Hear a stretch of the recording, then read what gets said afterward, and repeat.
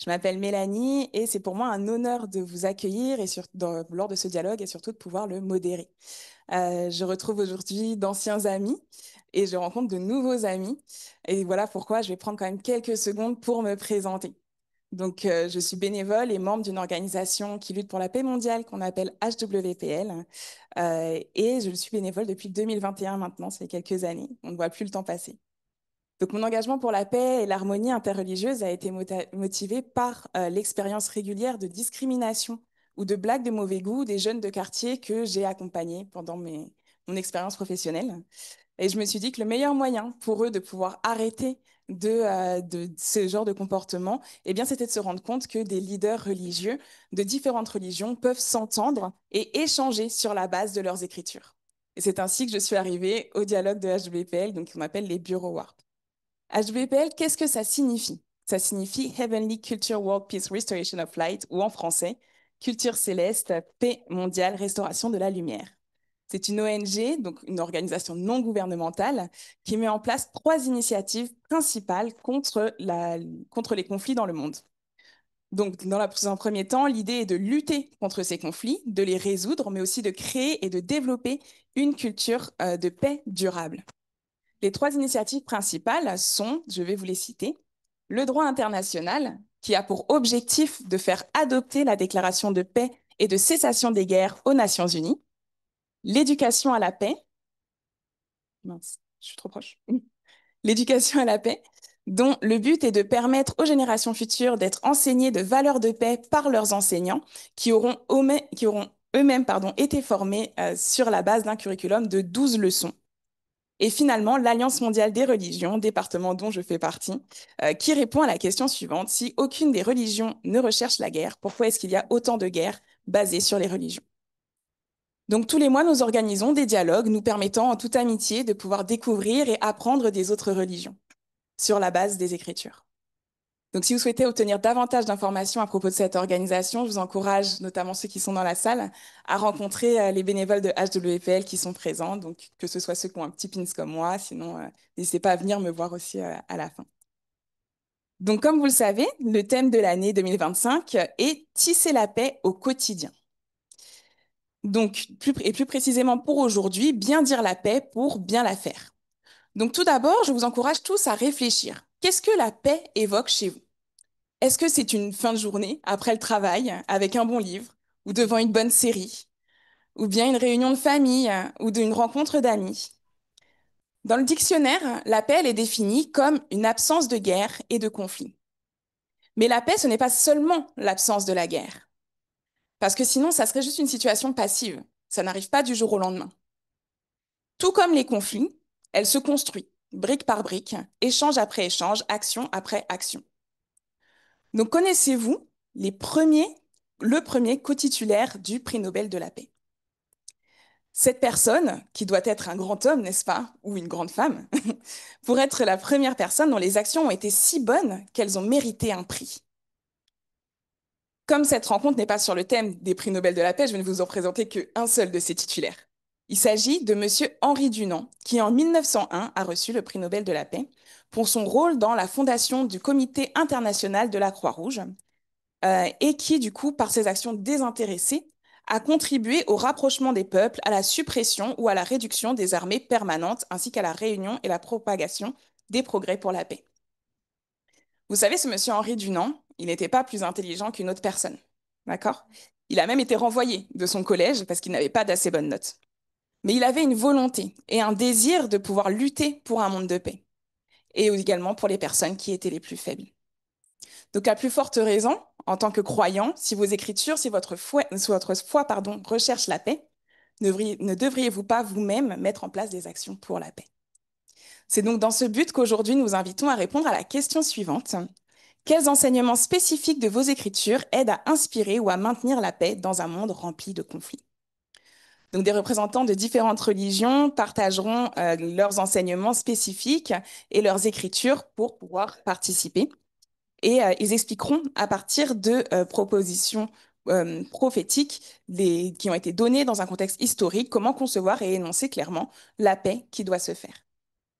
Donc, Je vous encourage tous, que ce soit ceux qui sont présents dans le Zoom ou ceux qui sont dans la salle actuellement, à prendre des notes, à écrire vos questions dans le chat. Et puis, si vous êtes en présentiel, prenez-les bien en note parce qu'on vous donnera la parole tout à l'heure. Monsieur Laurent vous donnera la parole. Donc, dans un premier temps, allez, n'oubliez pas aussi de dire à qui vous adressez vos questions. Ça sera sinon un peu complexe. Donc, je vais tout de suite donner la parole à notre premier intervenant, donc qui n'est autre que le vénérable Michel Chao Chan, qui va nous apporter un regard sur le bouddhisme. Donc, il est extrait, donc les échanges, pardon, président fondateur du Cercle de réflexion des nations. Il est extrait du Shodoka, ou chant de l'immédiat Satori, et donc c'est un des textes essentiels du bouddhisme zen. Pardon. Ce texte est composé de 70 poèmes. Il a été écrit au 8e siècle par le maître chinois Yoka Daishi. Si je fais des erreurs de prononciation, n'hésitez pas à me reprendre. Il a eu de nombreux disciples, sa lignée ne s'est pas poursuivie. Son seul legs à l'humanité, c'était justement ce Shodoka, ce chant qui, par sa fraîcheur et sa force, reste formidablement actuel. Donc la parole vous est donnée, monsieur le vénérable Chao Chan. Donc soit vous vous installez au pupitre. Bonjour à vous. Enfin, elle a oublié de me présenter moi-même. Je suis toujours étudiant. Je suis toujours chercheur, éternel même. Et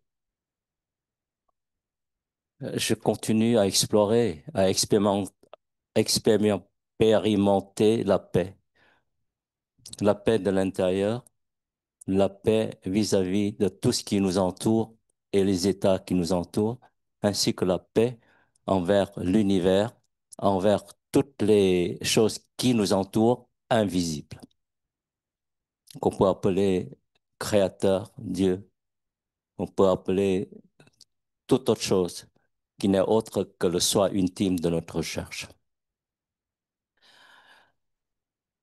Je, le sujet est tellement important.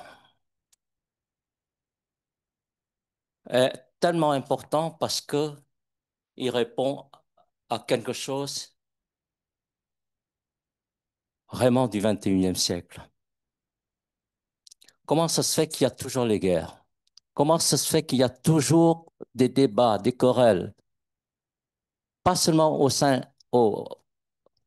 dans différents pays, entre les peuples, etc. Aujourd'hui, l'ONU a essayé de travailler sur les 2500 peuples pour essayer de trouver une réponse. Mais nous, les êtres humains, nous sommes très têtus. Nous avons pensé pendant des siècles jusqu'à aujourd'hui que la compréhension est la réalisation. Alors, c'est pour ça que nous avons peur de la guerre, nous avons peur de tout, nous donnons tellement de solutions, nous donnons énormément de process, d'analyse et autres. Qu'est-ce qu'on a réalisé? Non, la compréhension n'est pas la réalisation. Et le sujet qui est bien dire la paix, pour bien le faire, c'est en quelque sorte de nous révéler, nous réveiller l'esprit. Qu'est-ce qu'il faut réaliser? C'est pas seulement de bien dire, c'est pas seulement de parler de la paix, mais qu'est-ce qu'on fait avec la paix? Comment peut-on les réaliser? Et en plus, notre intellect est tellement vif. Dès qu'on dit bien dire la paix pour bien faire la guerre, pour bien faire l'affaire. Mais c'est exactement ce qu'on est en train de faire. On essaye de dire, d'analyser, est-ce qu'il faut bien dire la paix avant ou bien la faire avant? Et avec ce processus de pensée, vous allez tourner en rond pour bien comprendre et rester immobile. Donc, voilà un peu pourquoi ce sujet est extrêmement important pour répondre à la question, la compréhension n'est pas la réalisation. Pas seulement pour la paix dans le monde, mais pour la paix en nous-mêmes et la paix également envers tous les autres peuples. Voilà. Et donc, j'ai, on a ensemble mettre ça pour que les gens puissent répondre à toutes les questions qui sont dans ces lignes. Devant la peur, devant une épée, face à du poison qui est notre anxiété, qu'est-ce qu'on peut faire? Voilà.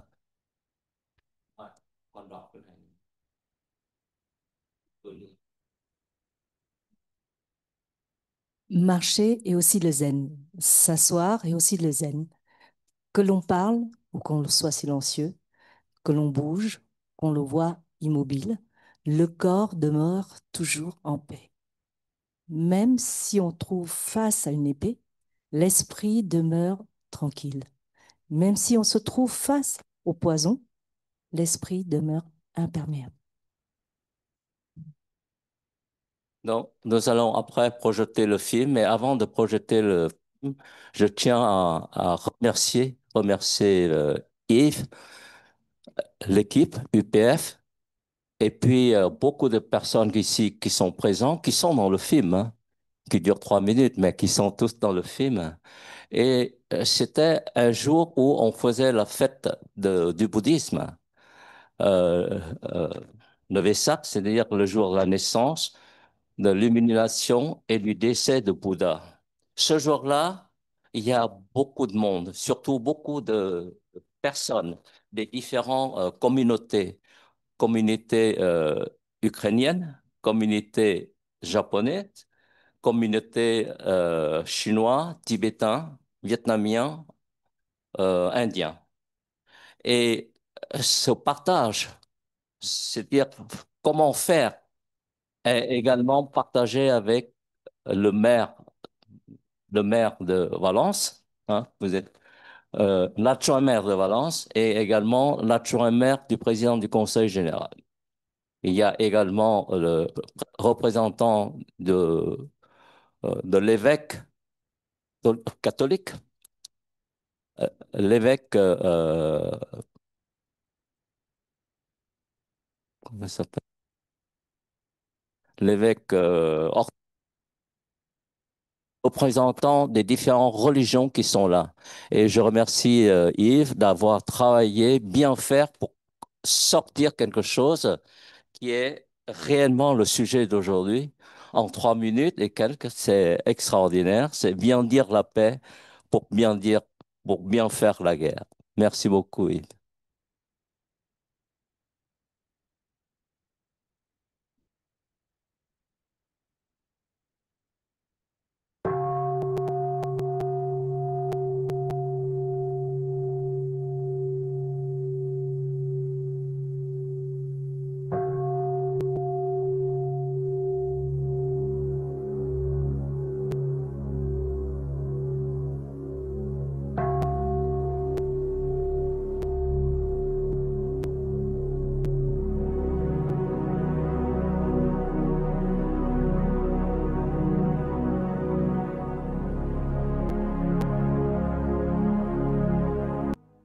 Aujourd'hui, nous célébrons la journée du Vesak.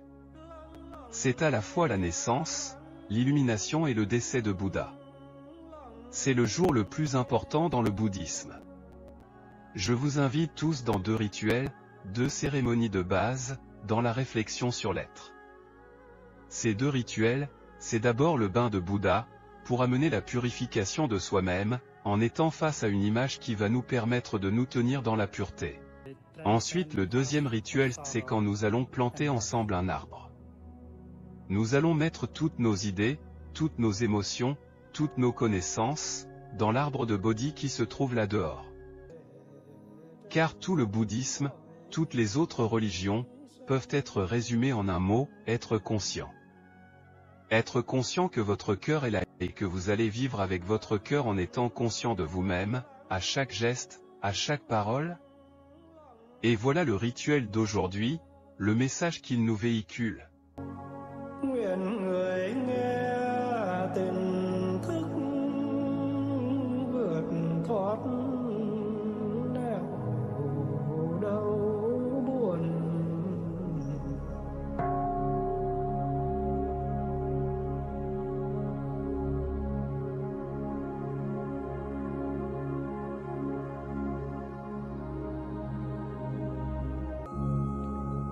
Listening to the bell, I feel the afflictions in me begin to dissolve. My mind calm, my body relaxed. A smile is born on my lips. Following the sound of the bell, my breath brings me back to the safe island of mindfulness. In the garden of my heart, the flowers of peace bloom beautifully.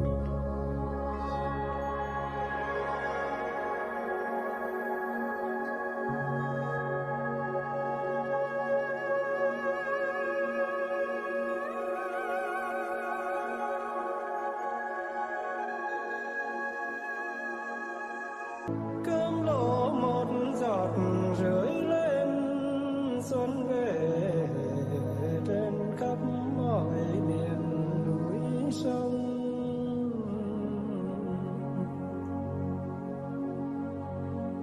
Phổ môn vọng tiếng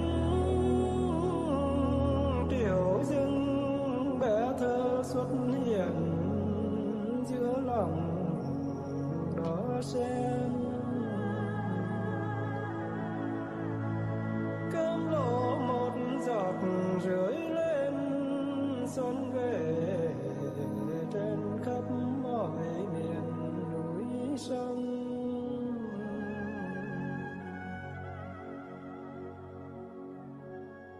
Lắng lặng nghe lắng.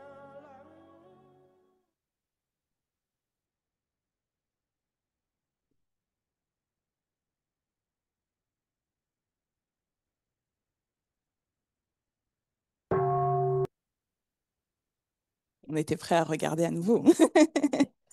Merci beaucoup pour votre présentation, Vénérable. Merci pour tous ces éléments et surtout pour cette vidéo qui nous a transportés dans la célébration de l'anniversaire de Bouddha. Vous avez soulevé quelque chose que j'ai trouvé particulièrement important, c'est le fait que comprendre la paix n'a rien à voir avec sa réalisation. Si on veut obtenir la paix, il va falloir aller plus loin que juste la compréhension des choses. Et j'ai trouvé ça très pertinent parce que je pense que c'est vraiment le but de notre échange aujourd'hui. Merci infiniment. Et n'oubliez pas, vraiment, si vous avez des questions pour le Vénérable, à les noter sur vos papiers, à les noter sur vos téléphones. Je sais qu'il y en a qui sont très connectés, ou dans le chat du Zoom. Comme ça, à la fin, on pourra vous donner la parole et vous pourrez ainsi les poser. Nous allons maintenant passer à notre second intervenant qui va apporter un regard chrétien sur ce sujet-là, qui n'est autre que le pasteur Alex Samouk, le pasteur de l'Église de la Réformation au Cameroun. Il est définitivement basé en France depuis 2020, peu de temps avant la Covid-19. Son but est d'établir une église branche en France et pour cela, il collabore avec d'autres pasteurs et travaille avec HWPL lors des dialogues interreligieux depuis 2021. Donc, pasteur Alex Samouk, la parole vous est donnée sur ce sujet. Merci beaucoup, Madame Mélanie, pour la parole. Donc, tout d'abord, je souhaiterais remercier le Vénérable pour cette brillante présentation qui me permet vraiment de pouvoir voir effectivement que cette harmonie qui est vraiment importante entre nous. Et je souhaite aussi remercier Monsieur Moulinet donc, pour l'invitation et c'est vraiment un plaisir pour moi d'être avec vous aujourd'hui. Donc, il y a des visages qui me sont familiers que je retrouve effectivement dans l'audience. Et pour ceux que j'ai découvert la première fois, sachez que vraiment c'est un plaisir pour moi de pouvoir être là.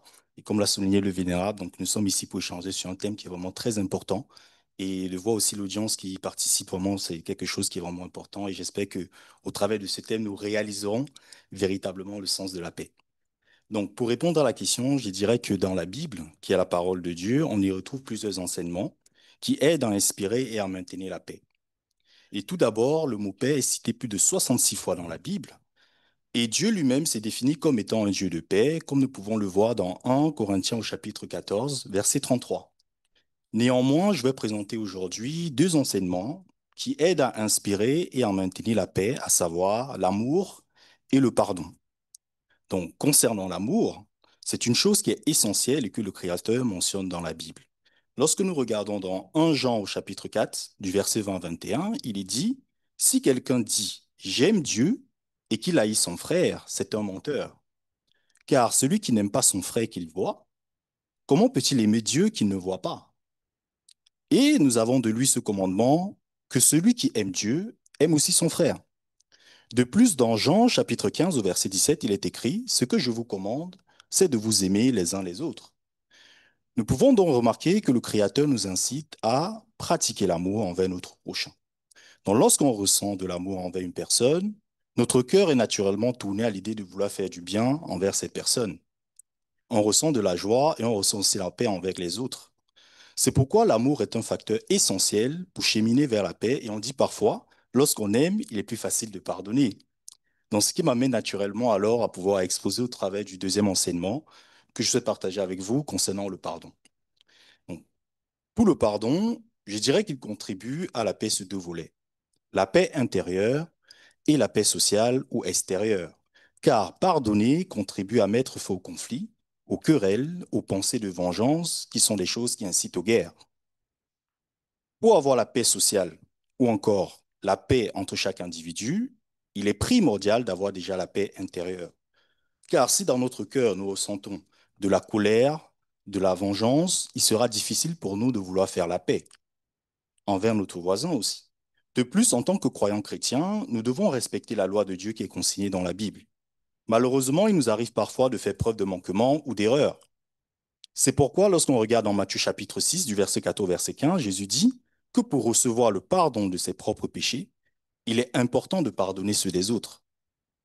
Bien évidemment, il peut arriver que des personnes nous fassent du mal, que ce soit consciemment ou inconsciemment, et suite à cela, nous ressentons de la colère, nous ressentons parfois des envies de vengeance, etc. Cependant, nous devons dialoguer, discuter, exprimer notre ressenti, et s'il arrive que ces personnes nous présentent des excuses, alors nous devons pardonner pour ainsi retrouver une paix intérieure et ainsi une paix avec les autres. Ce n'est toujours pas facile, bien évidemment, vous me direz cela, mais c'est ce que le Créateur nous enseigne au sein de sa parole. Et c'est ainsi qu'on peut réaliser l'importance du pardon pour maintenir la paix. Concernant le contenu de Matthieu chapitre 6 du verset 14 au verset 15, qui est un contenu très important pour nous les croyants chrétiens, j'ai pu découvrir certaines similarités avec d'autres écritures. Par exemple, je me suis aperçu en faisant quelques recherches que dans le Coran, il est dit que les musulmans sont encouragés à pardonner pour obtenir la miséricorde divine, comme il est cité dans la sourate 24 au verset 22.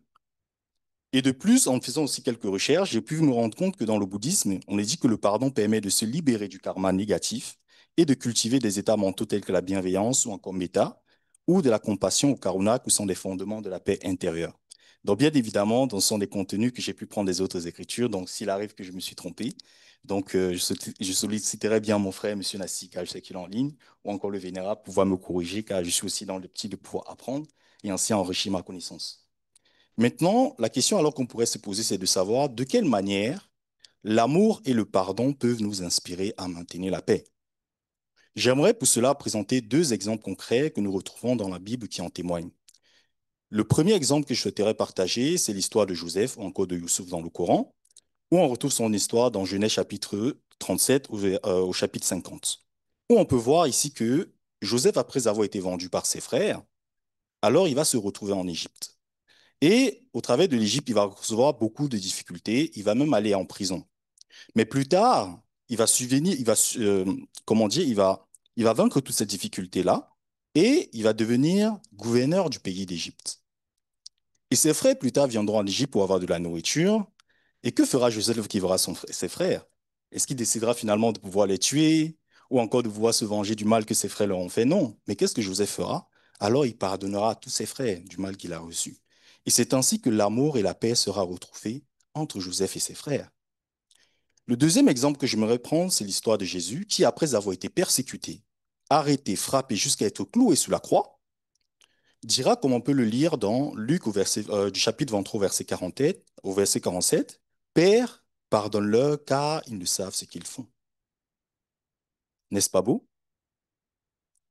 Pour conclure, alors, je dirais, la Bible, au travers de l'amour et du pardon, nous incite à réaliser que le maintien de la paix est possible. Et bien que le monde subit plusieurs chaos, il est important de regarder à la volonté du Créateur et à ce qu'il souhaite que nous puissions mettre en place pour l'accomplissement d'une paix durable. Je vous remercie. C'est moi qui vous remercie. Merci beaucoup. C'est moi qui vous remercie, Pasteur Alex, pour cette présentation et pour ces éléments partagés. Donc, ce qu'on retient particulièrement dans votre réponse, c'est l'importance de l'amour et du pardon comme ingrédients pour obtenir la paix et également l'importance de pouvoir, si je reprends certains éléments, hein, mais obtenir la paix intérieure pour pouvoir obtenir une paix sociale et du coup plutôt extérieure, c'est particulièrement important, surtout dans tout ce qu'on entend aujourd'hui, où il y a beaucoup voilà, de problématiques de santé mentale, etc. On comprend mieux que ça peut être difficile d'aller vers les autres quand soi-même on n'est pas en paix. Et finalement, les histoires inspirantes de Joseph et de Jésus, on espère tous avoir cette capacité de pouvoir pardonner malgré les affronts qui ont pu être faits. Donc à nouveau, je vous encourage à écrire vos questions si vous en avez. Je vois que certaines personnes prennent des notes et merci beaucoup pour ça. Si vous avez des questions à la fin, n'hésitez pas à pouvoir les noter pour pouvoir les poser. On va maintenant avoir une petite pause musicale pour pouvoir continuer à réfléchir sur le thème d'aujourd'hui. Et aujourd'hui, nous avons un chant élégant et respectueux de toutes les confessions qui s'appelle Dona Nobis Pacem, ce qui signifie Donne-nous la paix. Donc, c'est un chant court, méditatif et canonique qui est souvent utilisé dans des contextes interreligieux. Et son message est simple, hein, il s'agit de dire que la paix transcende les barrières religieuses et nous rappelle que la vraie paix ne peut venir qu'avec l'aide de notre Créateur. Donc c'est l'artiste américaine Julie Gaulk qui va jouer au piano et chanter pendant ce temps. Donc c'est une ronde en 3 parties et qui nous a permis de pouvoir utiliser sa vidéo aujourd'hui pour notre réunion. Donc je vous invite maintenant à apprécier ce temps et vraiment j'espère que vous allez en ressortir tous ces éléments que ce chant nous partage. Merci à tous.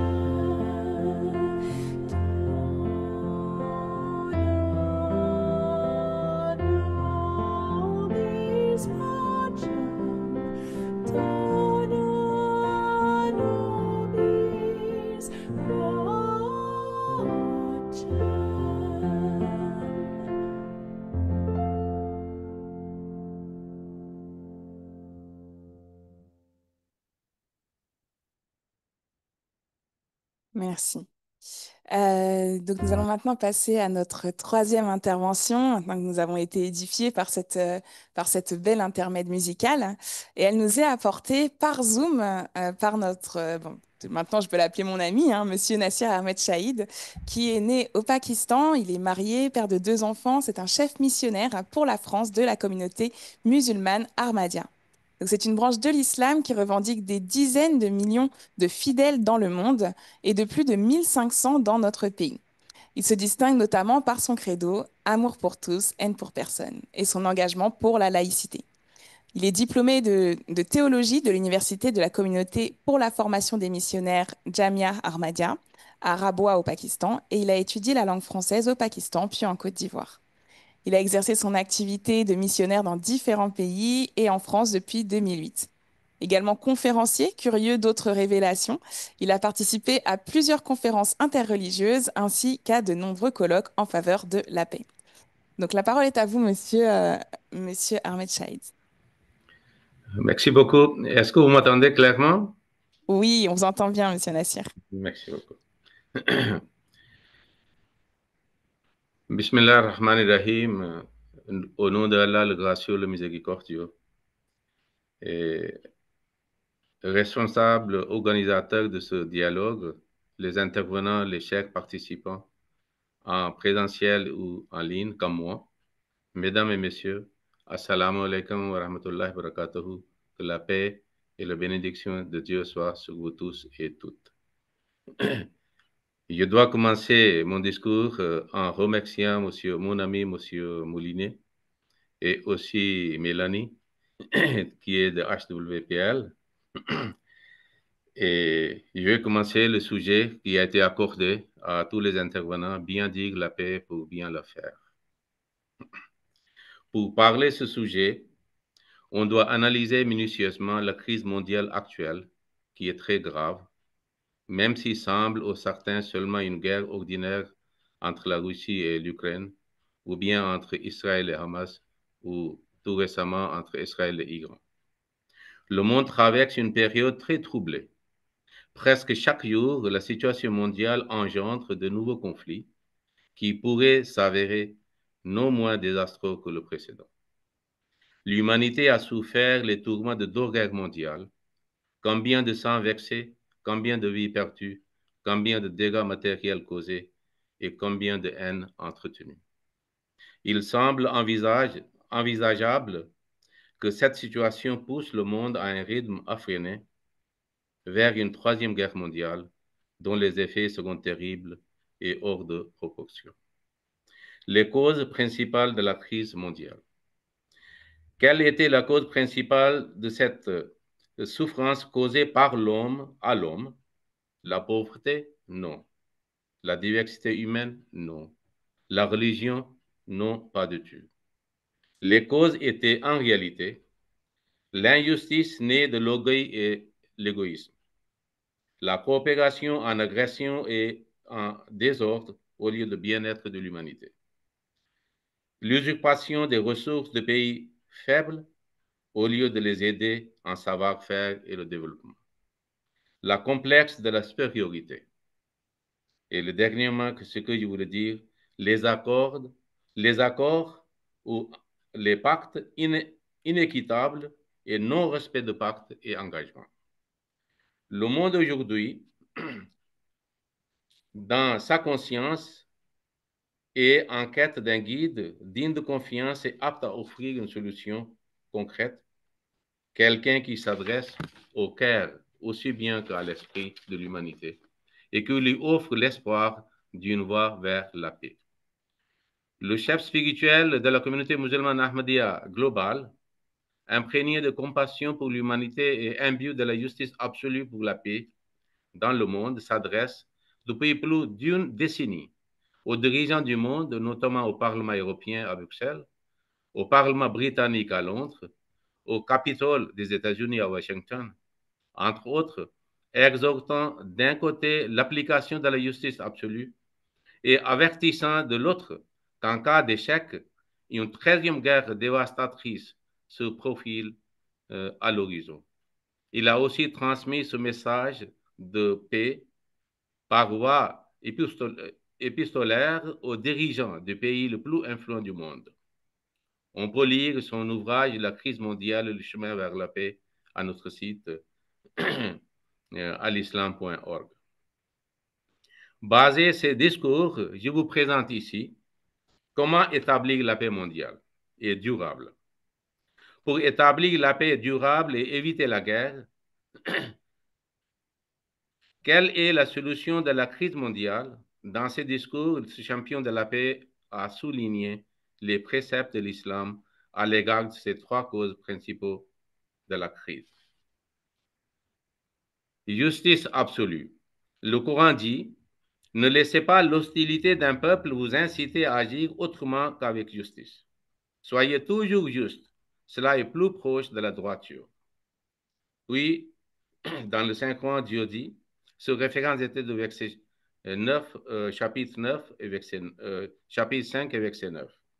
Dans le chapitre 4, verset 136, Dieu dit, soyez fermes dans l'application de la justice et soyez témoins pour Allah, quand bien même ce serait contre vous-même, contre vos parents, contre vos proches parents, que ce soit un riche ou un pauvre. Ne suivez donc pas vil désir pour que vous puissiez agir équitablement. Coopération pour le bien-être commun. Dieu dit dans le Saint-Coran, chapitre 5, verset 3, et entraidez-vous dans la droiture et dans la piété, mais ne vous aidez, vous mutuellement, dans le péché et la transgression, et craignez Allah. Le prophète de l'islam, paix soit sur lui, a déclaré une fois, aider l'opprimé aussi bien que l'oppresseur. Alors que l'on comprend aisément la notion de venir en aide à l'opprimé, comment aider l'oppresseur? Lorsque ses compagnons ont demandé, il a répondu, en retenant sa main, en l'empêchant de commettre de cruauté, faute de quoi il serait passable à la rétribution divine. Par pitié pour sa personne, essayez donc de le sauver. Interdiction de l'usurpation des ressources des autres. Dieu dit dans le Saint-Coran, et n'envoie pas ton regard avec envie sur les jouissances temporaires que nous avons accordées à certaines classes entre vous. Chapitre 20, verset 132. Ce verset prévoit d'aucune partie ne doit regarder avec envie de ressources ou de richesses d'une autre. De même qu'aucun pays n'est autorisé à faire main basse sur les ressources d'un autre pays sous le prétexte fallacieux de l'aide ou développement. D'autre part, en feignant apporter leur expertise technique, les États ne devraient pas spolier d'autres nations en signant des accords commerciaux inéquitables et détourner les ressources naturelles ou les actifs de ces pays en développement. Certes, il faut former ces peuples ou ces gouvernements sur l'usage judicieux de la ressource naturelle s'ils ne sont pas à même de le faire. Les nations et le gouvernement devront toujours chercher à servir et à aider les moins fortunés. Par ailleurs, un tel service ne doit pas être rendu avec pour objectif de satisfaire les ambitions politiques ou comme un moyen de servir des intérêts. Un autre point pour établir la paix, respect des pactes. Dieu dit dans le Saint-Coran, et remplissez le pacte, car l'on sera interrogé au sujet du pacte.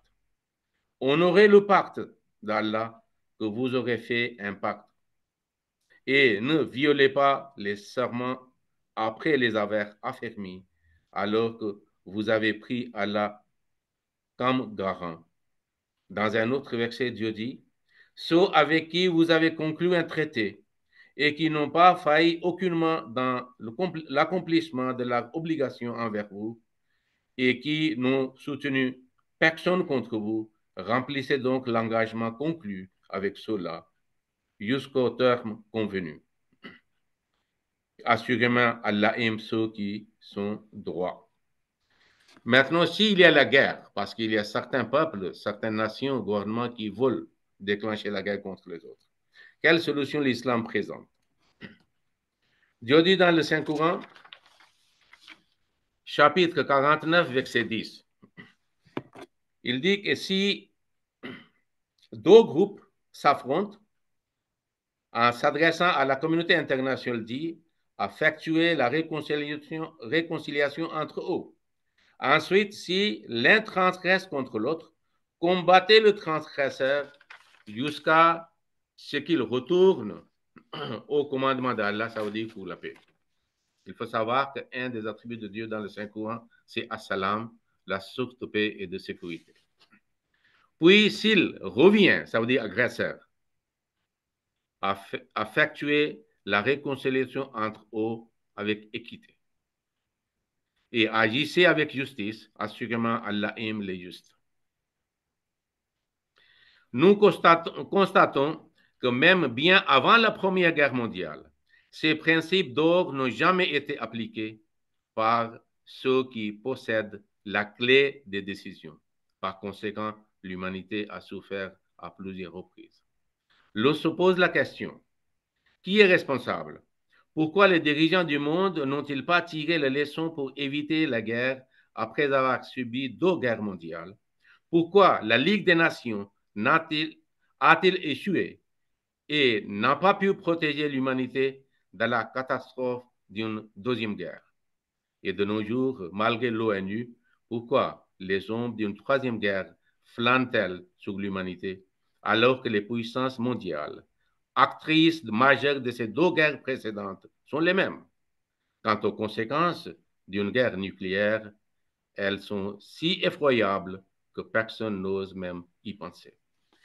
Le Coran aussi présente un avertissement que si vous ne prenez pas la conscience, essayez pas d'éviter en faisant la justice, respectant le pacte et établissant la paix, vous allez subir des conséquences graves, mais par lesquelles sortent des armes.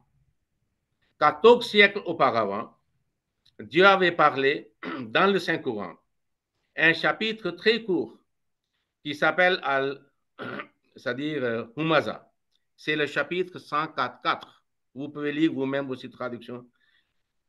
Dieu dit dans ce chapitre, malheur à tout médisant, calomniateur, qui amasse des richesses et les compte et les compte. Il imagine que ces richesses le rendront immortel? Non. Mais il sera assurément jeté dans Al-Hutama. Je vais expliquer ce que signifie Hutama. Et qu'est-ce qui te fera savoir ce qu'est Al-Hutama? C'est le feu d'Allah sous forme de combustible stocké, qui, une fois libéré, atteindra l'équerre instantanément par la vibration de ses rayons. En vérité, ce sera à leur détriment, ce qui est renfermé en colonne étendue. Le mot Hutama dans la langue arabe, a une consonance homonymique avec le mot atome. Et la signification est aussi la même, parce que le mot Hutama signifie dans la langue arabe la partie la plus petite d'une chose, qui est la même signification que l'atome. Et dans ce chapitre, c'est mentionné comment la fabrication des armes nucléaires seront faites. Dans un autre chapitre très court, chapitre 101, il mentionne 3 coups effroyables, dont chaque frappe sera plus redoutable que la précédente. Et après la 3e, Dieu dit, le jour où les hommes seront comme des phalènes dispersées et que les montagnes deviendront comme de la laine cardée.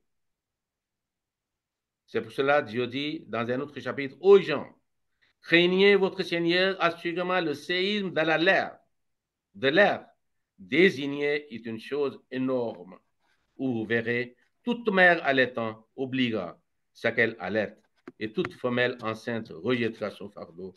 Et tu verras que les gens comme ivres, alors qu'ils ne sont pas ivres, mais le châtiment d'Allah sera en fait rigoureux. En voyant tout cela, ça laisse certaines références qui parlent ampleur de la guerre.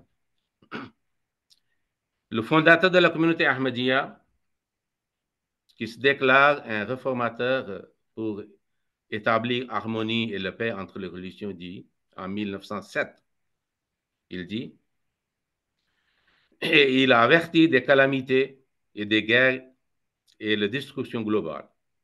Il dit, certaines d'entre elles feront penser la fin du monde. Il y aura tant de morts que les fleuves de sang couleront. La mort n'épargnera ni bête ni oiseau. De nombreuses régions seront renversées comme si elles n'avaient jamais été habitées. Ceux qui se repentent auront la protection. Ceux qui ont peur avant la venue du châtiment s'attireront la pitié. Ô Europe, tu n'es pas en sûreté. Ô toi, ô Asie, tu n'es pas en sûreté non plus. Ô vous qui habitez dans les îles, aucune divinité de votre fabrication ne vous sera d'un recours quelconque. Je vois les villes tomber en ruine, des endroits habités désertés. Ce Dieu unique a gardé le silence pendant un temps. Des choses ignobles ont été faites sous ses yeux, et il n'a rien dit. Mais maintenant, il vous montre un visage terrible. Que ceux qui ont des oreilles entendent que cette terre-là n'est pas loin. J'ai essayé de rassembler le monde sous la protection de Dieu, mais il était nécessaire que ce qui était écrit s'accomplisse. Dieu est lent à se mettre en colère. Repentez-vous donc afin que le pitié vous soit montré. Le calife actuel, le chef spirituel de la communauté Ahmadiyya, a dit dans ses ouvrages que j'ai mentionné la crise mondiale et à ses discours aux différentes occasions, je dis à la fin quelques mots qu'il a mentionnés. Et il termine avec cela. Super. Il dit, nous avons alors gardé à l'esprit que lorsque les efforts de l'homme échouent, Dieu le Tout-Puissant émet alors son décret pour déterminer le sort de l'humanité avant que le décret de Dieu ne soit émis et n'oblige les peuples à venir vers lui et à honorer les droits de l'humanité. Il serait bien meilleur que les peuples du monde eux-mêmes venaient à prêter attention à ces questions cruciales.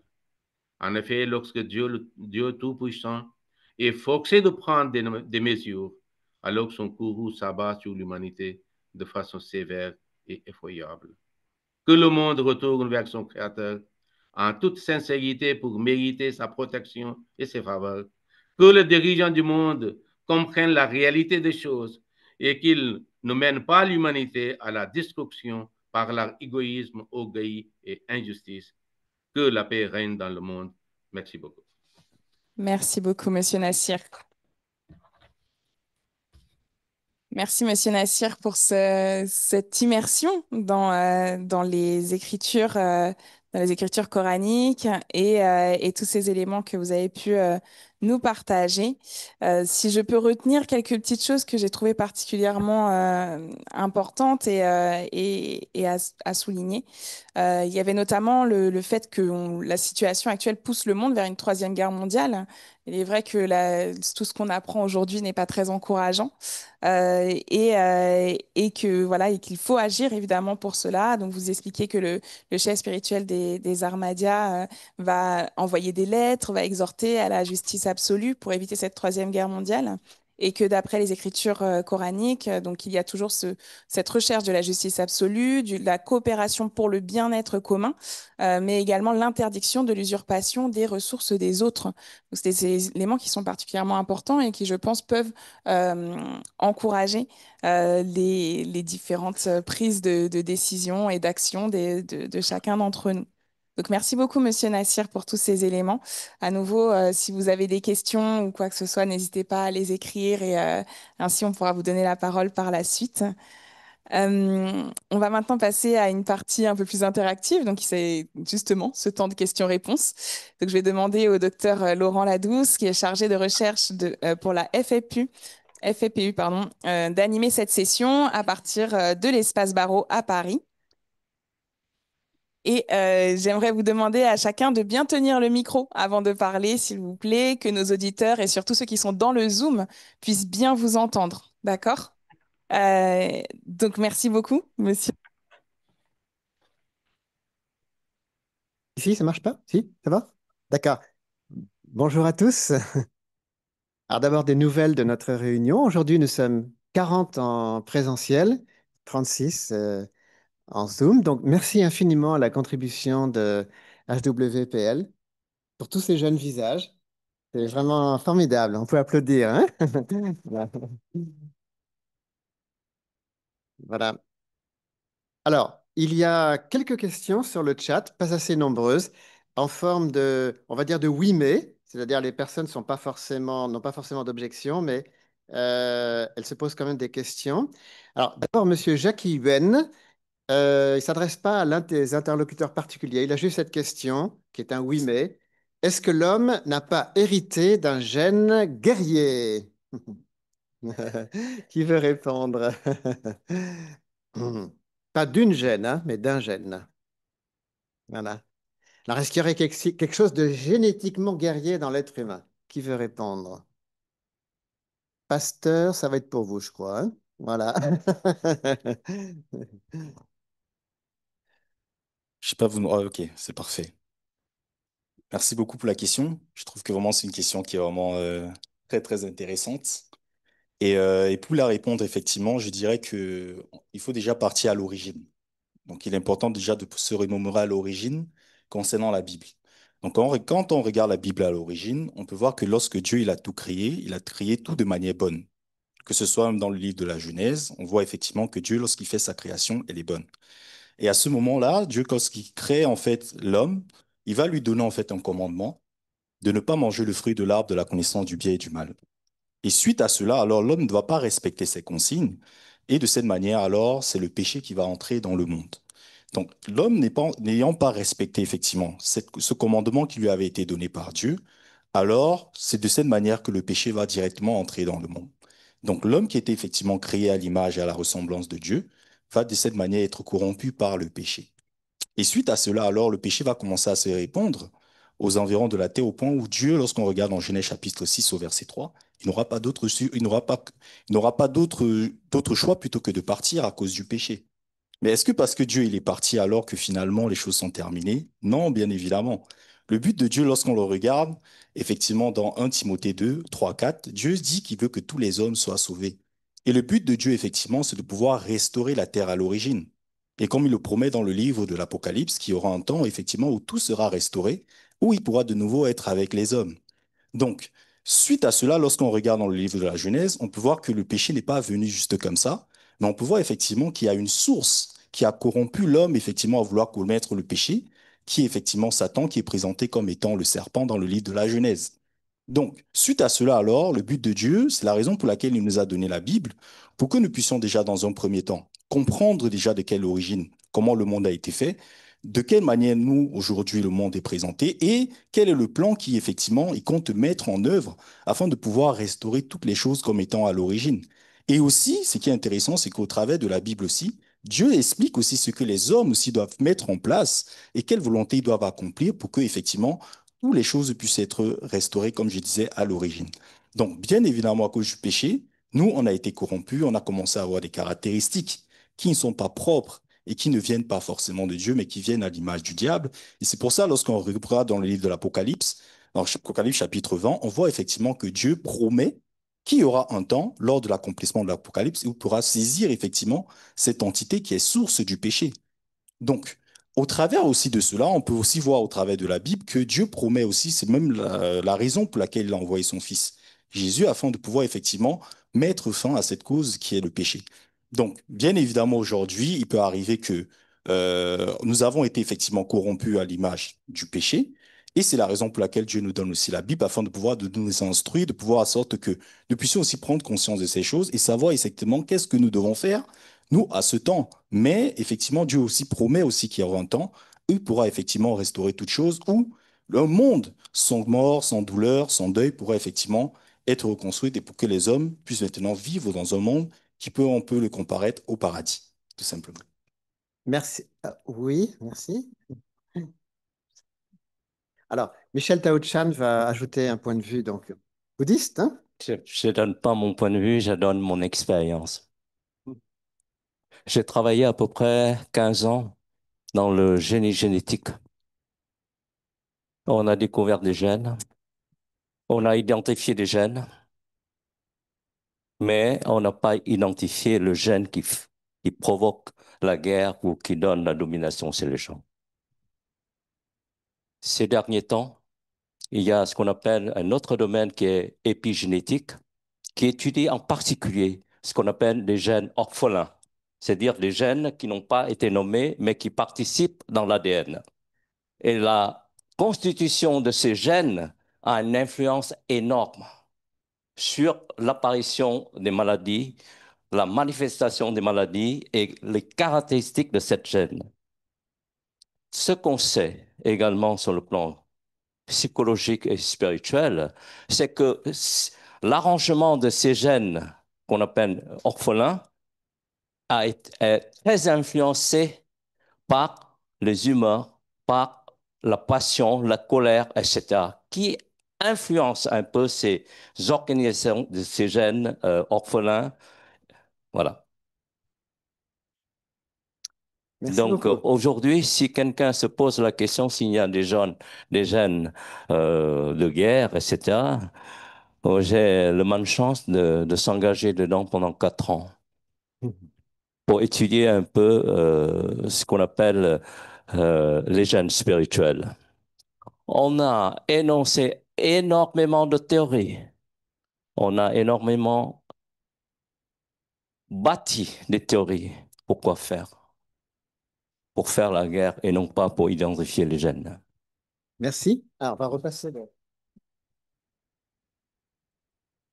Écoutez, c'est vraiment intéressant d'avoir plusieurs personnes pour répondre, puisque à cette question sur les gènes, on a eu une réponse d'abord spirituelle, hein, biblique, puis quand même un éclairage scientifique. Et c'est quand même bon parce que on a beau être éclairé par la Bible, on s'est dit oui, d'accord, mais que dit la science, hein? C'est vraiment intéressant. Rappelons à l'appui du pasteur, hein, les versets de la Bible sur Satan, homicide, hein. Vous avez pour père le diable, etc. Enfin, C'est Jean 44. voilà, c'est ça, oui, exactement. Oui. Donc, c'est vrai, la Bible parle d'une hérédité violente, en fait, hein, même guerrière. Alors, un autre oui, mais alors qui s'adresse euh, aux représentants de la communauté Ahmadiyya. Alors, il cite un verset, donc, je pense que c'est un oui, mais, hein, on va voir. Une question donc de Monsieur Ali Oumar Fané. Il demande de commenter la sourate 5:45. Alors, il dit pas ce que c'est, mais je suis allé voir. Donc, nous y avons prescrit pour eux vie pour vie, œil pour œil, nez pour nez, oreille pour oreille, dent pour dent, équivalence pour les blessures, ce qu'on appelle la loi du talion, donc qui est aussi exprimée dans le Coran. Alors, monsieur, vous êtes avec nous toujours? Euh, Monsieur Nasser Ahmad Chaïd, vous êtes là? La question est pour vous. Ah, peut-être plus là. Ah, oui, vous êtes là? Oui. Vous voulez que je répète la question? Ah, on ne vous entend pas. Mais mettez votre micro, s'il vous plaît. Votre micro. Ouvrez votre micro, s'il vous plaît. Il n'est pas ouvert.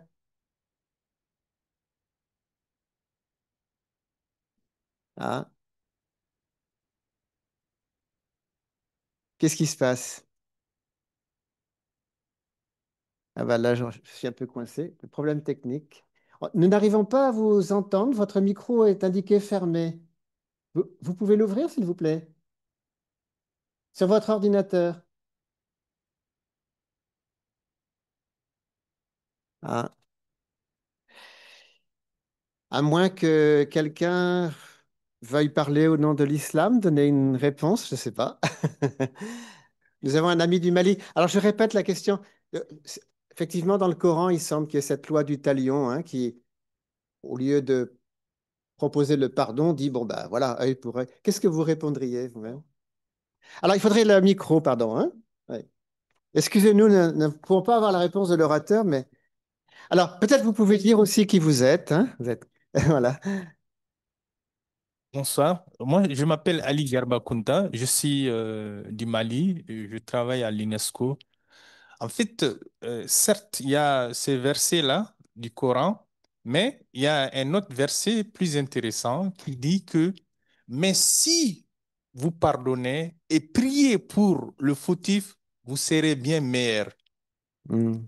Donc, la loi de talion, ça existe, certes, on peut travailler avec, mais il y a un autre verset, surtout dans le monde du soufisme, on travaille beaucoup à ça, qui dit que celui qui vous fait le mal, vous pouvez, par la justice, faire la même chose qu'il vous fait. C'est de la justice. Mais Dieu dit dans un autre verset, et dans le même Coran, mais si vous pardonnez, et encore, il dit, si vous pardonnez et priez pour la personne, parce qu'il est ignorant, il a fait le mal, vous serez encore meilleur. Merci beaucoup. Ouais, c'est ça. Oui. Merci. Alors, voilà un autre éclaircissement. Souvent, dans les religions, on brandit certains versets pour porter un jugement, mais on oublie d'autres versets. Hein.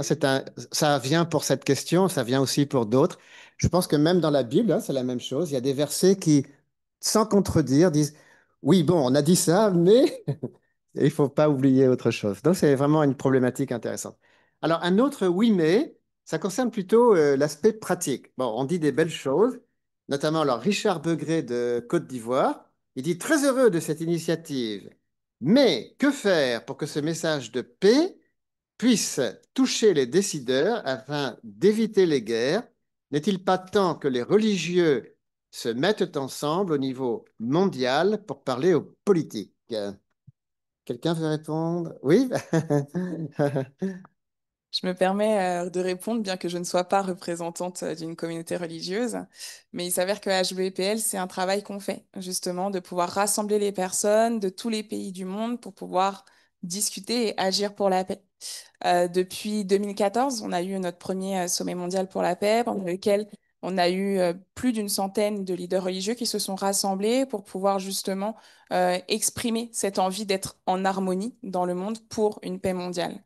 Depuis, on organise tous les mois des dialogues interreligieux, comme j'ai pu vous le présenter au début. Mais depuis quelques temps, on a aussi lancé des académies religieuses pour la paix, pendant lesquelles les leaders religieux viennent pour apprendre des autres écritures. Et comme ça, en fait, ils peuvent partager des connaissances basées sur les écritures à leurs différentes communautés. Donc c'est quelque chose qui est un premier pas, évidemment, vers une meilleure harmonie entre les religions. Et là, actuellement, donc, on est à notre troisième édition. Et les personnes de la première édition sont en train de se rassembler en club de paix pour pouvoir se rassembler, notamment en Côte d'Ivoire, où ils sont nombreux, donc c'est pour ça que ça m'amuse. Ils sont nombreux, voilà, à s'être rassemblés en club de paix pour pouvoir eux-mêmes agir, quelle que soit leur religion, sur leur territoire. Donc c'est des éléments qui sont très encourageants et on espère que ce travail, ce n'est que le début et que petit à petit, dans le monde entier, ce genre d'initiatives fleuriront. Voilà. Alors, merci pour cette réponse. Avant de passer la parole à l'auditoire, une dernière question. Alors, qui revient un petit peu, c'est toujours un oui mais d'ordre pratique, ça rejoint l'autre. Comment faire passer ce message de paix spirituel à un monde profane? Des institutions internationales comme les Nations Unies ne devraient-elles pas enfin accepter d'intégrer un conseil de représentants religieux? Donc, effectivement, ça pose la question du lien entre les autorités spirituelles et le pouvoir politique, alors notamment l'ONU. Pasteur, est-ce que vous voulez vous essayer aussi? Mais je demande aussi à notre représentant Ahmadiyya de revenir s'il a pu trouver son problème technique. Allez-y. Hein. Alors, tout d'abord, pour répondre à cette question, je dirais que ça vient déjà du travail que nous sommes en train de faire aujourd'hui. Puisque comme nous pouvons le voir, ben, il y a plusieurs leaders religieux qui sont rassemblés et qui échangent à propos d'un même thème. Et nous pouvons voir aussi cette insimilitude qui se lie entre les différentes religions. Donc, et étant donné aussi que c'est une plateforme qui est ouverte à tous, c'est aussi le moyen aussi de pouvoir permettre à ce que les personnes puissent aussi écouter, différemment de leur religion ou pas, pouvoir véritablement déjà voir que bah, dans toutes les religions, il y a vraiment un message d'une harmonie qui est vraiment passé. Parce que moi, par exemple, qui viens de pays du Cameroun, qui ayant grandi parfois avec plusieurs préjugés, que ce soit sur l'islam, parce que moi, je suis né d'une famille chrétienne, etc. Pour moi, lorsque je vois, par exemple, les musulmans, pour moi, j'avais un attrait un peu distant, etc. Mais en grandissant et en ayant vraiment cette culture de vouloir découvrir ce qu'il y a dans les autres religions, je me suis rendu compte que finalement, on retrouve beaucoup de similitudes entre le Coran et la Bible. Et de cette manière, je me suis demandé, bah, si on parle d'un créateur, bah, pourquoi effectivement nous tous, nous devons être amenés à se faire la guerre ou ce genre de choses. Et c'est pour ça effectivement que ce message que nous sommes en train de faire aujourd'hui est très important, étant donné que bah, c'est à nous aussi au travers de cette plateforme, aussi en faisant en sorte que nous puissions aussi la diffuser comme nous sommes en train de le faire en ce moment, qui permettra à ce que les personnes en écoutant déjà puissent se rendre compte que, au travers des religions, il n'y a aucune raison de pouvoir se faire la guerre et que le message qui est passé, c'est réellement un message de paix. Donc, voilà. C'est une réponse pleine de sagesse, puisqu'au fond, on dit, bah, si on veut avoir l'oreille de l'ONU et des pouvoirs politiques, déjà montrons que entre nous, les différents, c'est une façon de nous responsabiliser, nous, hein. Au lieu de dire, bah, qu'est-ce qu'ils attendent, les politiques, de nous dire, bon, nous-mêmes, qu'est-ce que nous sommes prêts à faire, hein, pour nous unir. Le jour où nous serons vraiment unis, certainement, nous aurons plus de pouvoir. Alors, il est 18h10. Vous avez maintenant toutes les possibilités dans la salle de poser des questions. Euh, de préférence à l'un ou l'autre des orateurs ou à tout le monde. Il y a une première personne, alors on va lui donner le micro. Si vous le voulez, vous pouvez dire rapidement qui vous êtes aussi, mais vous n'êtes pas Très bien. obligé. Voilà. Bonsoir à tous. Je suis David Ado. J'avais une question pour le Vénérable. J'ai beaucoup aimé son intervention.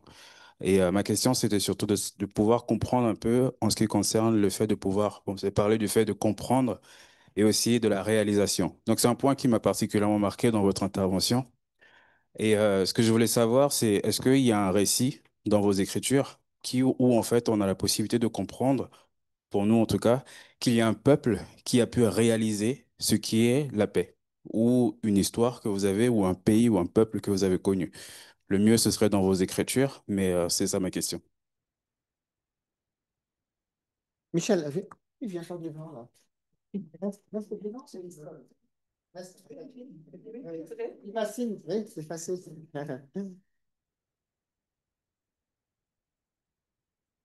Je dois répondre. Oui, eh oui. Alors, vous allez laisser un défi. La réaction. Ah, ah. D'abord, pour avoir la paix, pour parler de la paix, il faut avoir la paix en soi déjà. Ça, c'est la première chose. Je pense que toutes les initiatives sont extrêmement intéressantes. Et puis, souvent, on parle, mais comment je vais apprendre la paix aux hommes politiques, aux gens de l'ONU pour qu'ils puissent s'exprimer? Alors, les gens de l'ONU, à l'intérieur de l'ONU même, ils disent, mais comment je peux sortir de l'ONU pour pouvoir parler librement dehors? Et les gens qui sont dehors, comment je peux parler librement à l'intérieur de l'ONU? Mais c'est des questions, ça fait rire, mais on peut pas réaliser. Parce que l'un ou l'autre, ils cherchent toujours aussi la réponse à la paix à l'intérieur. Et c'est pour ça que quand j'ai demandé dans le truc, marcher est aussi le zen. C'est-à-dire la méditation, c'est ce qu'on fait. S'asseoir est aussi le zen. C'est-à-dire rechercher cette paix-là à l'intérieur de nous. Que l'on parle ou que l'on soit silencieux, que l'on bouge ou que l'on soit immobile. Le corps demeure toujours en paix. Déjà, moi, à chaque fois que je viens, quand il y a une bouteille dessus, je regarde. Si je commence à élever la voix, ça bouge tellement. Voilà, c'est mon indice pour parler en paix. Voilà, c'est un peu. Et puis, lorsque le corps demeure toujours en paix, même si on retrouve face à une épée ou quelque chose, on ose le faire, c'est-à-dire s'engager, faire le premier pas. Pour grimper dans les montagnes, il faut faire les premiers pas. Et en apprenant, en marchant, on s'asseoir, se reposer, également, on fait ça. Tant qu'on n'a pas cet esprit dedans, on pense toujours, mais il faut que je donne quelques conseils aux hommes politiques. Il faut que je donne conseil à l'ONU. Il y a beaucoup de gens qui me demandent comment je peux rentrer à l'ONU pour parler. J'ai dit, moi d'abord sortir de l'ONU pour pouvoir parler.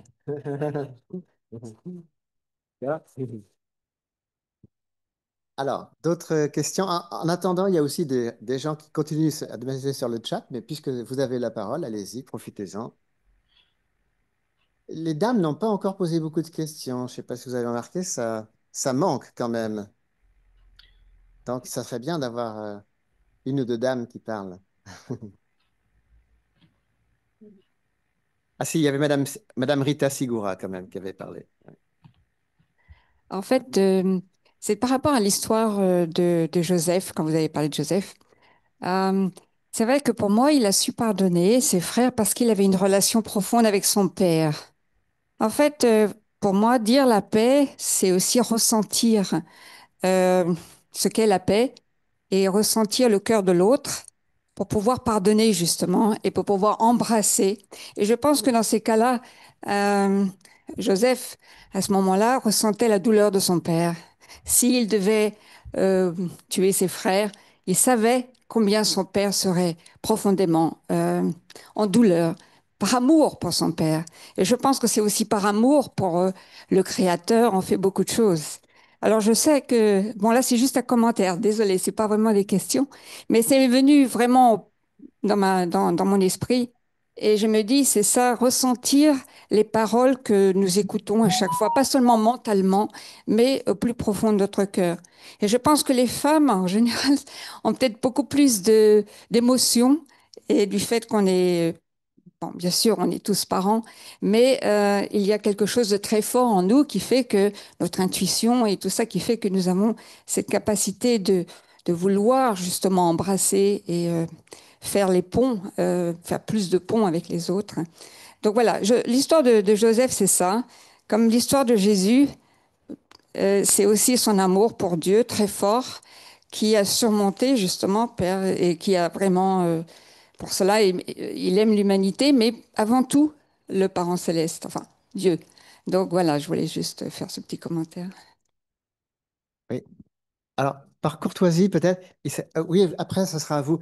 Monsieur, notre ami là, qui avait un problème technique, et peut-être, voilà. Vous êtes là? Oui. Ah, non. De nouveau? Ah si, allez-y, Merci, voilà. merci. Oui. Oui. Écoutez, vous pouvez peut-être répondre à cette question tout à l'heure hein, sur le Sourate 5:45. On y a déjà un peu répondu, mais si vous voulez apporter de nouveau votre réponse là-dessus.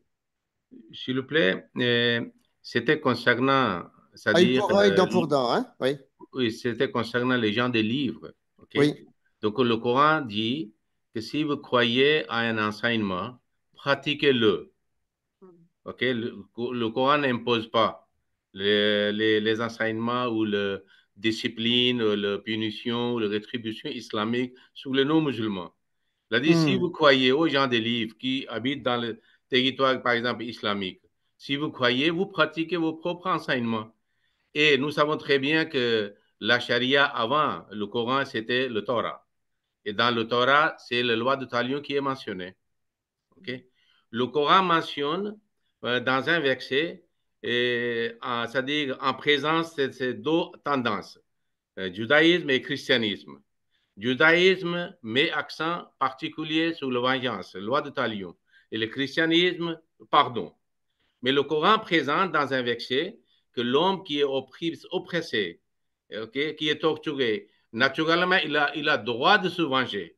Mais si la punition, c'est-à-dire est utile pour la réforme de l'agresseur, vous le pardonnez, et si vous le punissez.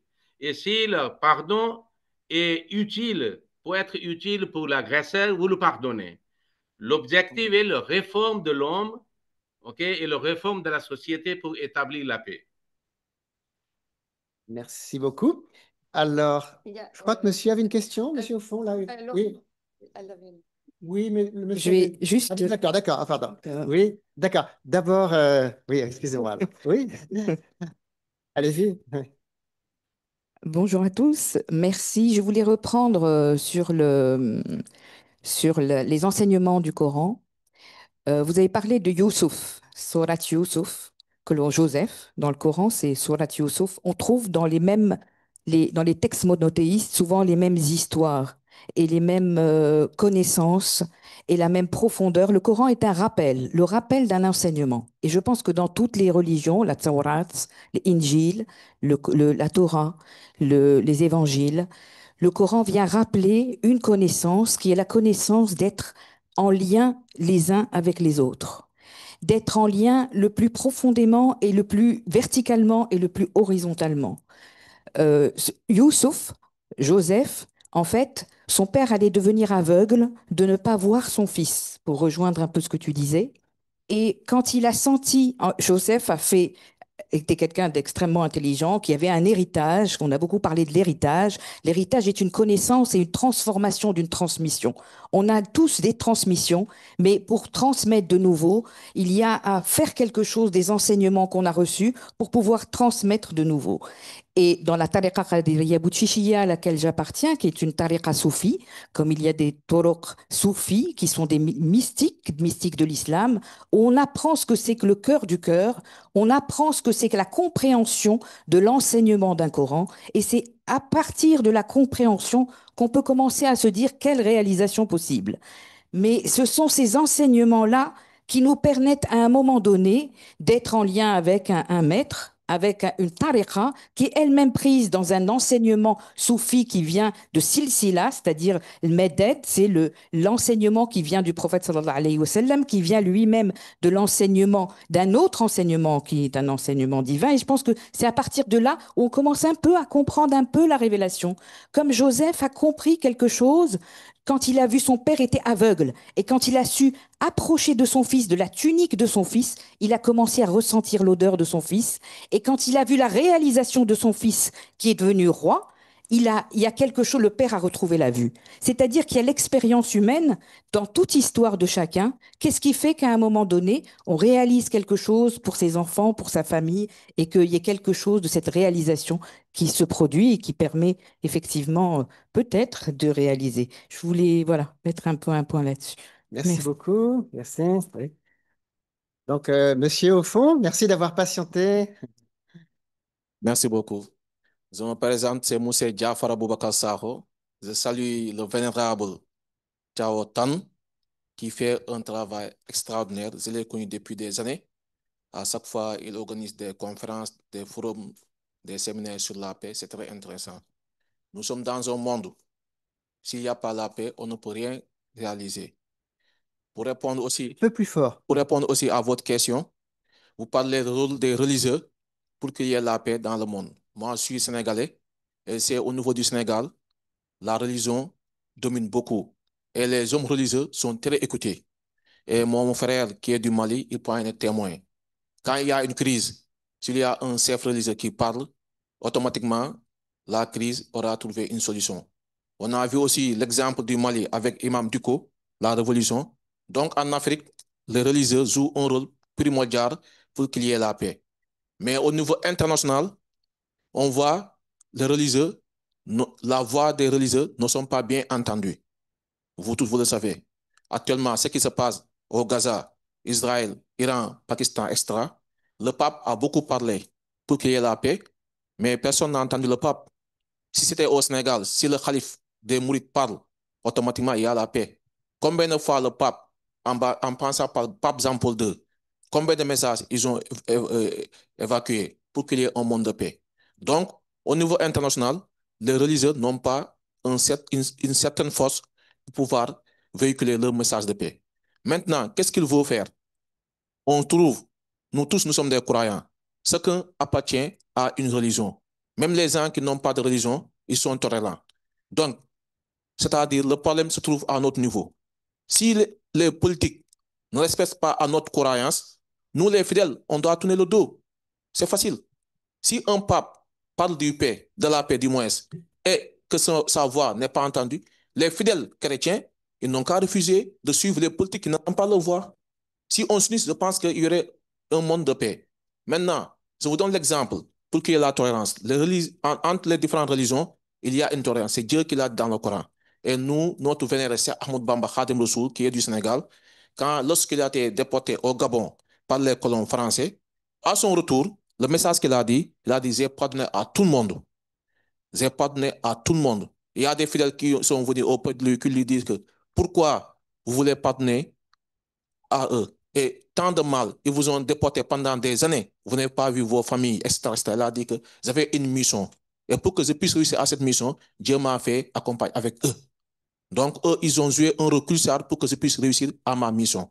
Donc, il faudra d'abord la tolérance. Et cette tolérance, on le trouve ici, au niveau de l'espace barreau. Merci. Il y a les différentes religions qui sont là, et chacun gère sa religion à sa manière, et il y a une tolérance. Je ne peux conclure, si vous me permettez, sans remercier notre ami Yves Massey, qui fait un travail extraordinaire, et notre président, Jacques Marion. Et je termine par le vénérable Tao Chan. Je vous remercie pour l'inscription du doctorat et ensemble nous allons suivre pour relever les défis. Je vous remercie. Merci beaucoup. beaucoup.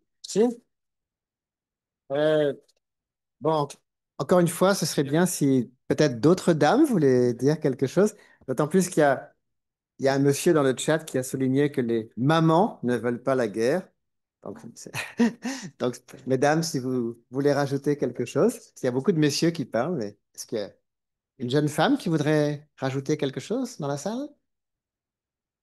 Au hasard, vous, vous vous avez un message à faire passer?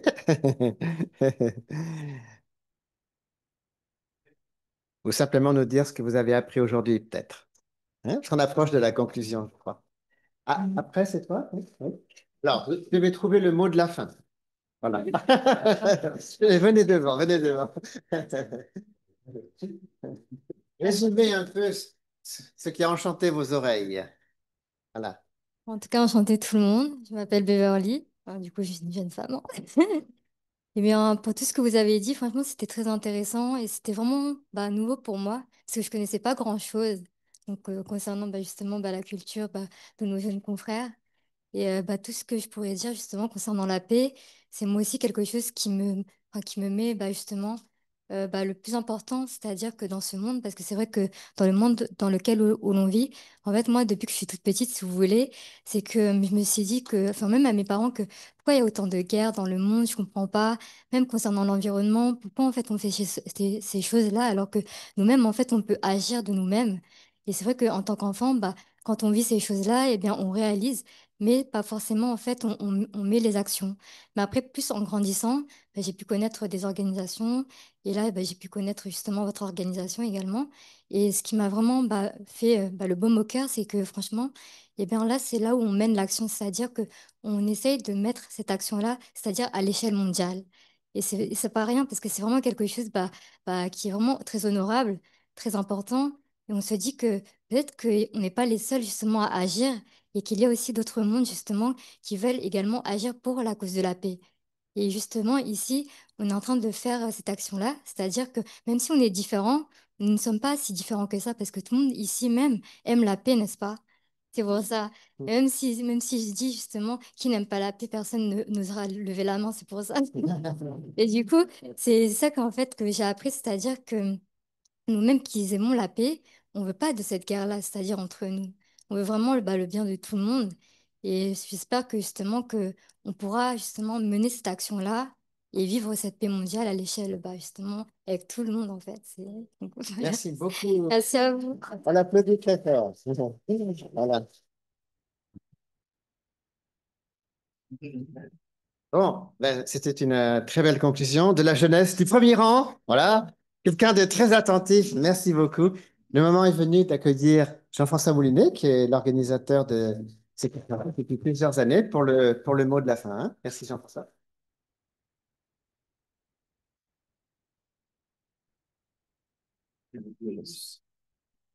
Vraiment très heureux aujourd'hui de voir tout le monde.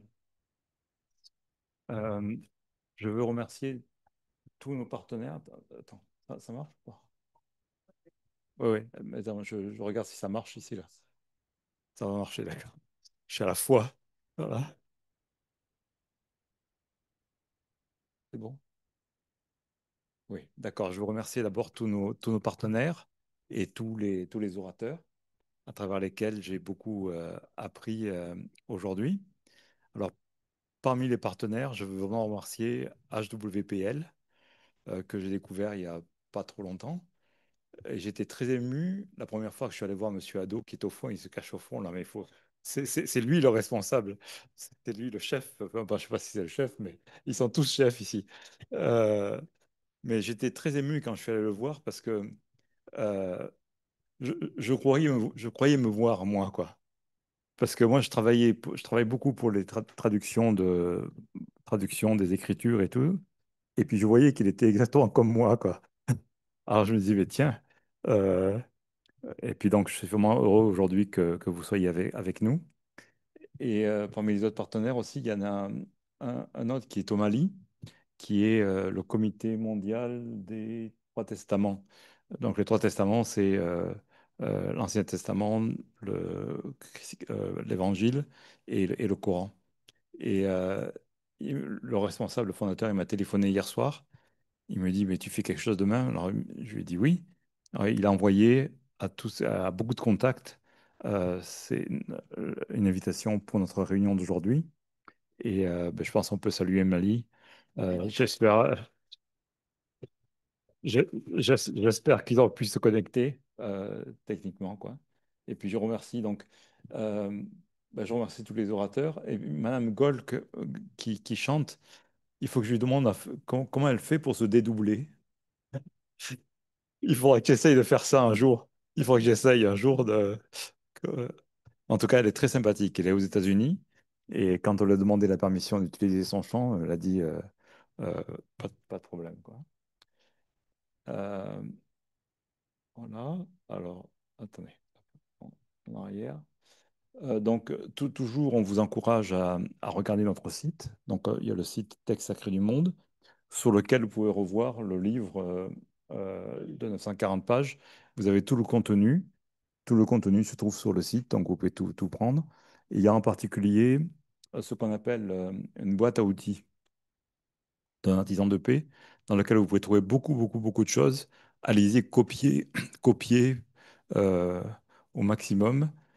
Utilisez-les au maximum pour faire des relations, des réunions interreligieuses. C'est fait pour, en fait, hein.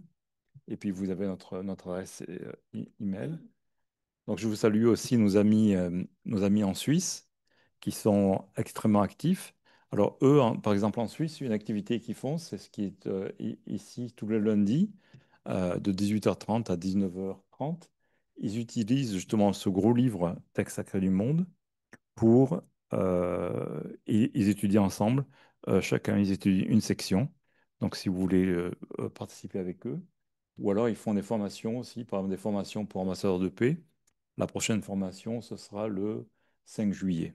Donc, c'est une formation qui dure une demi-journée. Mais vraiment, je pense qu'on peut les saluer parce ils font un gros travail.